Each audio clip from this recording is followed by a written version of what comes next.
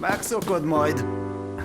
Először is szeretnék gratulálni, mert láttuk a 20%-os növekedést.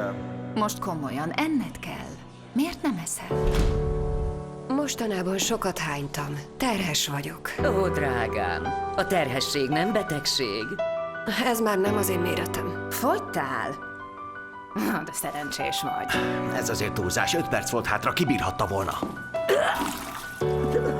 Mostanában állandóan hányok. Nyugodjon meg, a baba jól van. Valóban akartad ezt a babát? Úgy értem, talán még nem voltál kész a terhességre. Ez normális, mindannyian átesünk rajta, csak türelmesnek kell lenned, ennyi az egész, ugye? Igen, ne aggódj.